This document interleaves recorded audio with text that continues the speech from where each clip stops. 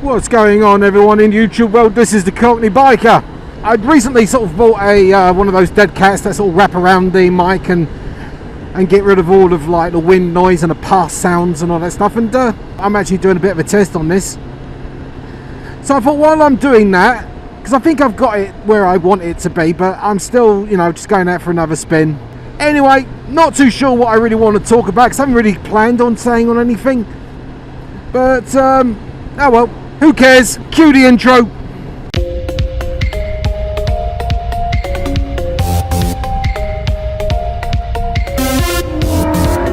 It's not easy sort of talking to yourself. I still go for miles upon miles in complete silence just because I get into the ride.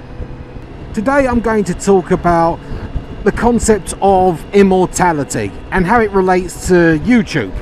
At least I think that's where I'm going to go with this. God, are you sure with that fire? Yeah, burning dead leaves, but flipping hell, do you have to take out the atmosphere with it? One day we're all going to close our eyes for the last time. Or stop breathing. Whatever you want to call it, we're all going to die. Nothing on this planet is going to stop that. There is no medical science that's going to prevent that. There's no magic or witchcraft or turning into a vampire or anything that's going to stop us from dying. That is going to be it. Lights out, no more you. And that frightens a lot of people. That really scares a lot of people. I mean, you can imagine yourself disembodied, but you can't imagine yourself without your mind. So it's almost impossible for you to imagine like you just not having a conscience. I mean, really, seriously, try sitting there for 5 minutes without thinking of anything. You can't do it. Or if you could do it, you'd be on a mountain somewhere in Tibet being a monk. So a lot of people, they turn to religion because once they've curled their toes for the last time and that is it, you've kicked the bucket, that's not necessarily the end of you. Now, the typical lifespan for any person's memory after they're dead, they say, is about 75 years. So 75 years ago will probably be the last time that you'll ever remember or ever hear about, you know, dear old granddad whoever or grandmother this or, you know, late relatives. It takes about 75 years for you just not to even acknowledge they exist anymore. I mean, your kids will never know about their great-great-grandparents just because it's just not really the main thing on the map unless you're the Addams family. So we all sort of go for our 15 minutes of fame. And that 15 minutes of fame is either like get your face on the TV or become famous in some way, or, as is more easily attainable, go on to do a YouTube thing. Start a channel, make some blogs, get your voice, your opinions, your thoughts, your feelings, your history, get it out there. It's like a sort of digital immortality. I mean, you're never going to be able to upload your conscious and be yourself in a digital realm, so to speak. I mean, that's not going to be something they're going to come up with for like many years. I mean, it's on the route.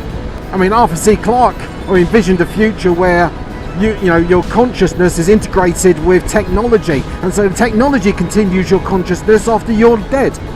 So it would be you who carries on. But right now, as things are, you, my poor Cockney crew, and all other people who are watching this video, you're not going to be in that mix. So the only way people are going to remember you, and that is if you're either famous, get your name on Wikipedia, or I don't know, or something. I mean, I know I'm not going to be on this planet forever, so I do enjoy the quality of life, and right now Cherry is my current quality. But that's what I think it's all about. The quality of your life. What you do. How much fun do you have? How often do you laugh? The love of friends and family and everything like that. You know, you could live to the age of 50 and have a fantastic, wonderful, amazing life and die happy. Or you can live to like 150 and be a miserable little codger who's got nothing. They took no risks, took no chances. They've got nothing. They've got dying with regrets. I don't want to die with too many regrets. I mean, I'm going to have a few regrets, granted, but we're all going to die. But from what I understand, YouTube will keep those videos. I don't know how long they'll keep them on for. Apparently they'll just be on there for as long as YouTube continues to exist. So unless someone goes in and deletes them, and YouTube lasts another 200, 300, 400 years, apparently your videos are going to remain on their servers. Of course, no one will bloody watch them, but unless there's a historian in years to come who decides he's going to go venturing out all the archive stuff and dig up this particular channel or this particular video. So, oh, there's the Cockney biker who was alive and around back in the 2020s, and he made videos and talks about this, that, and the other. Let's examine this. You know, that's my only shot at immortality, and that's being remembered. And that's what everybody wants. They want to be remembered, and they want to be remembered preferably for the right reasons. But you know, there's a lot of people who will settle for being remembered for the wrong reasons. That pool is becoming pretty thin because we've got so many people with cameras who make little videos that go viral for a million different reasons that really and truly, you know, the famous how you would have remembered it from back in the day, that doesn't really exist anymore. Like movie stars, TV stars, you know, once it was like a privilege to be on TV. Now, you know, you can be an internet star. It doesn't really mean that much, but it's still, like I said, your shots at your like longevity of being remembered, and that's what it's all about.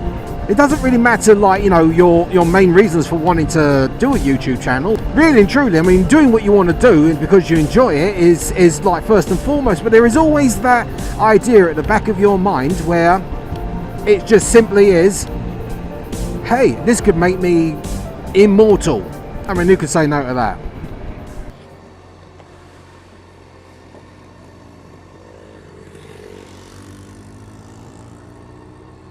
It's just a kid on a scrambler running around having a little bit of fun. You know what, you don't see that too often, so you got to appreciate it when you do. I'll be honest, I'd rather see that than just constant line of kids on their Xboxes vegetating in front of their TV screens. You know, yeah, he ain't wearing gear, yeah, just a cap. Yes, he's not legal. If a cop was around here, he'd get pulled over and told to take that thing home. Or ticketed. One of the two, take your pick.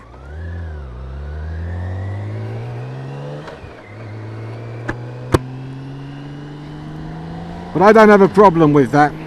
I really don't. Like I said, kids need to get outside the house. They need to get involved in like some decent activities, something that is exciting and gives them quality of their youth. There's just so much these days that just keeps them locked up in their bedrooms. Like all the latest Xbox and PlayStation games and like useless crap on TV, and it doesn't help that their parents are enticed to believe that they're safer when they're at home. Oh, I don't have to worry about them being outside running around. I want to be able to see them sit in their rooms and just sit in front of the TV or just being quiet. As long as they're not in my way and as long as they're safe, I'm happy. And yeah, you're starving these kids of like of the quality of life. I mean, I keep going on, quality of life, but that's what it's all about. You're not going to live forever. So you know what, that kid out there on his little scrambler, you know, be safe, have fun, enjoy yourself, don't get caught, but at least you're out there, you kicked an engine over, you fired it up and you went for a ride and you enjoyed yourself. And then if you survive this little period of your life, then, which is all the more likely because it's not like, you know, he's riding around on a CBR 650 or something.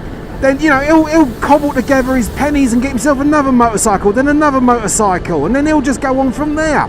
He's going to enjoy it. You know, he might look for a decent job or definitely work towards getting himself like a nice expensive Harley or a nice little touring bike, if not a really cool sports bike. So, yeah, you know what, kid? You enjoy yourself. You have fun. If you break down and I'm nearby, I'll see what I can do to help you out, get you rolling again. Because I'll be damned if I'm going to like say that was a bad idea for a kid to go out there and have a little bit of fun on the road on his scrambler. I know there's a lot of people who might give me a load of shit in the comments about it, but you know, he's not sitting in his bedroom. He's not sitting in there playing games, wasting away. He's actually doing something tangible.